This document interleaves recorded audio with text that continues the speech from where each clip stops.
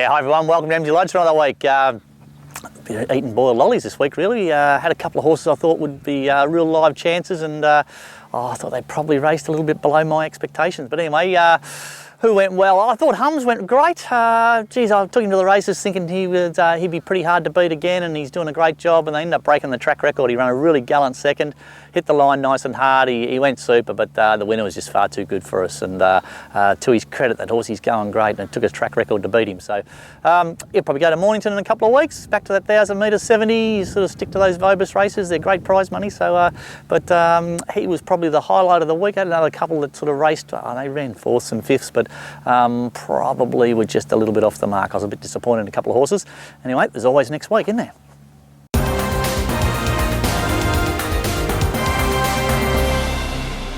Righto, talking of next week. Friday, Geelong. Now I've got a couple of horses in there. Little Miss Gutser, she was fair first up, just did a lot wrong, was very, very green. She's actually third emergency and drawn 14, so she probably is very small chance of running. I will run Bimboka Queen. She raced the other night in the final of the Stayers series at Cranbourne, and I thought she went okay. She drops back to 64 grade, back over the 2400 again, but back to 64 grade. We'll punch out, go forward, and we'll make this a real staying test. You don't often get these real genuine staying tests in Victoria. They tend to jump out and walk. We'll make this a real tough staying test, and I've no doubt she'll hit the line as good as anything. So she gets her chance on Friday at Geelong. I've got Diamond Luke in the same race, but I probably will save him for, might take him to Warrnambool on Tuesday instead. He's first emergency, so he hasn't got a run yet, but I'm probably going to lean towards taking him to Warrnambool anyway. Okay, Saturday, Bendigo. I ran Matasanek the other day down at Hamilton, and they jumped out and walked, and Dean Yendall sort of whipped up and went round him. When he got sort of outside the leader went with him, and he'd just fired him up, and it was just a disaster. The horse just was over-raced mid-race and just didn't get to the line at all. With the edge off him, I might even back him up on Saturday at Bendigo. I'll just see how that race comes out. He's probably going to go off and have a crack at jumping, this horse, so probably be his last start for us, but we'll just have a good look at him. But if he's pulls up okay from his run at Hamilton on Tuesday, we might even back him up and run him on Saturday at Bendigo. Tuesday, probably head down to Warrnambool. I might run Diamond Luke down there. He's a big raw bugger who just needs to do a heap of racing, and yeah, he went great the other day at Geelong. He got home pretty hard. I actually think the track at Warrnambool will suit him. It's a sort of a good track for horses that want to wind up from a long way out, so I'll probably take him down there. He'll get every chance. He's a lovely horse, lovely staying horse. I think next preparation he'll go through his grades pretty quickly, this horse. He just needs to be, he needs a tough prep under his belt to sort of learn what it's all about, which he was sort of getting this time in. So he'll probably go to Warrnambool Tuesday. That leaves us Wednesday at Sandown. Look, Minyinga's just doing a great job. She's just bunting up every couple of weeks, and I galloped it this morning and it worked good. So she'll probably do a little bit of work on Saturday morning, and then not a lot, and probably head off back to Sandown Wednesday. Couple of options, whether I go to the 1200 metre mares race or the 1400 metre open race against the boys. I'll toss up between all of them.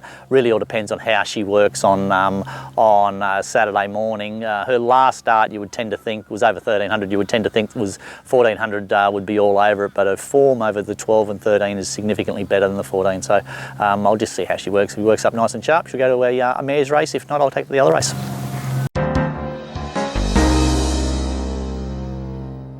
G'day guys, welcome to Around the Stables. Really excited to present a new horse to the stable called King of Camelot. He's come over from France. He showed really good form over there, group sort of form. He was never far away in a stack of good races, and OTI brought him over here, and unfortunately he just hasn't been able to find that form. He's kind of struggled here in Australia, but yeah, we're really lucky to be given that opportunity to train him. He's obviously got a lot of ability, but he's got a few quirks, so hopefully here on the farm, life here on the farm, just sort of keep him a happy horse, and I think if we can do that, then he'll be happy to race and perform at his best, because I think his best is good enough to win a lot of races here, and a lot of good races even. So yeah, really excited to be given that opportunity, and yeah, look forward to the challenge.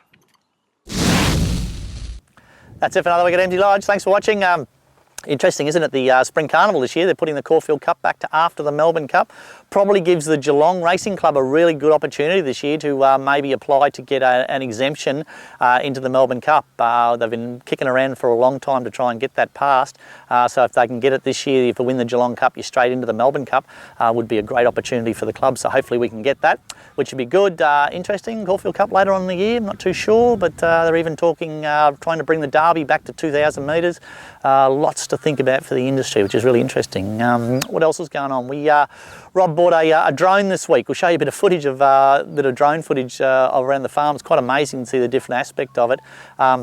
And how it all works off the GPS and all that sort of stuff. So yeah, we're going to do a little bit of filming the next couple of weeks and give you a little bit of a different sort of view on how we work the horses here and a little bit of a good look at the farm. Until next week, see you later. Yeah, hi everyone, welcome to Emsley Lodge. Jeez, that's a good start, wasn't it? He was born in France and he's... Don't laugh or I'll turn the camera around.